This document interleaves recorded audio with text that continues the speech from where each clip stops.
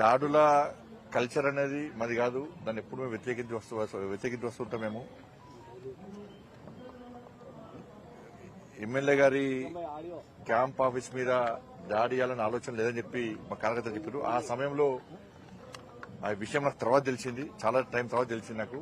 నేను సిరిసిల్లలో అధికారిక కార్యక్రమంలో ఉన్నాను. ఎమ్మెల్యే గారి క్యాంప్ ఆఫీస్ లో దాడి చేయాలని ఆలోచన మాకు లేదని చెప్పినారు. అయినా కూడా ఎమ్మెల్యే గారి క్యాంప్ ఆఫీసు అది ప్రభుత్వ నిధులతో నిర్మించింది. అటువంటి క్యాంప్ ఆఫీస్ లో ప్రెస్ కాన్ఫరెన్స్లు పెట్టి, ప్రెస్ మీటింగ్ పెట్టి ఏది పడితే అది మాట్లాడడం తప్పే. మా కార్యకర్తల సహనానికి కూడా ఒక హద్దు ఉంటుంది. దాన్ని పిరిగితనంగా భావించద్దు. ఏది పడితే అది మాట్లాడడం కరెక్ట్ కాదు. దాడుల కల్చర్ అంటున్నారు. సిగ్గుండాల కేసీఆర్ కొడుకు దాడుల కల్చరే తయారు చేసిందే బీఆర్ఎస్ పార్టీ.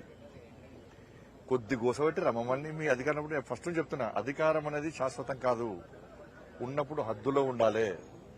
మితిమీరి అహంకారంతో వ్యవహరించద్దు, రాచరికంతో వ్యవహరించద్దు. కేసీఆర్ కొడుకు సిరిసిల్ల పోతే బీజేపీ ఏబీవీపీ కార్యకర్తలను హౌతర్స్ చేస్తుండే. మొత్తం ఎట్లా అంటే ఒక రజాకర్ల పాలనకనే, ఒక చెప్పులు నెత్తి మీద పెట్టుకుని పోవడం తప్ప ఒక్కరి తప్ప మీట అన్నీగా. మీ రాచరిక పాలన తెలంగాణ ఎట్లుండే? మేము ప్రజా సంగ్రామ యాత్ర చేసినప్పుడు ఎన్ని దాడులు చేశారు? రాత్రిపూట పొలాలకెళ్లి కట్టవుతులతో కొట్టిరు మమ్మల్ని. ఒక్కరోజు 18 వాహనాలు ధ్వంసం చేశారు. 6 కార్యకర్తలు 7 ఇంజరీస్ అయినాయి. మా కార్యకర్తలకు 3 కార్యకర్తలకు కాళ్లు విరిగినాయి. అనేక మంది కార్యకర్తలకు ఎత్తుకపోయారు. టోల్ గేట్ దగ్గర మహిళా కార్యకర్తలు ఎత్తుకపోయి కొట్టారు మీ వాళ్ళు. ఇది మర్చిపోతామైంది. కానీ దానికి ప్రతీకారం తీసుకుంటలే మేము. కానీ ఇవాళ మీరు ఏదో అన్నారు. అప్పుడు మేము ఎమ్మెల్యేను ఉష్కో అన్నారు కదా. మీ ఎమ్మెల్యేను మా మీదకి మా కార్యకర్తలు దమ్మని తెలిసింది. అది ఇవాళ దాన్ని మేము సమర్థిస్తలేము. కానీ దాని సహనానికి ఒక హద్దు ఉంటుంది. మా వాళ్ళ సహనానికి కూడా ఏది పడుతుంది మాట్లాడము, ఏది పడుతుంది వాగడము, ఇష్టానుసారంగా మాట్లాడము. ఇవాళ నీతివంతులు లెక్క ఇక స్టేట్మెంట్ దాడులు మామూలు చేసినప్పుడు ఏడమేరు తలకాల రోడ్డు అమ్మాయి కార్యకర్తలది. మహిళా కార్యకర్తలను కొట్టిరు. సిగ్గుండాల కొంచెమన్నా.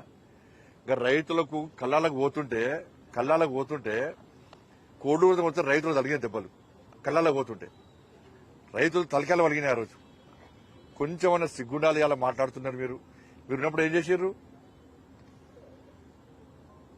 కాబట్టి నేను మా కార్యకర్తలు కూడా చెప్తున్నా, అందరూ ప్రశాంతంగా ఉండాలి. ఇవాళ దాడులు చేసే కల్చర్ మనది కాదు, దానికి దూరంగా ఉండాలి అని చెప్పి ఆల్రెడీ మా కార్యకర్తలకు అందరికీ చెప్పినా, మీడియా ద్వారా కూడా అప్పీల్ చేస్తా ఉన్నాం. ధన్యవాదాలు.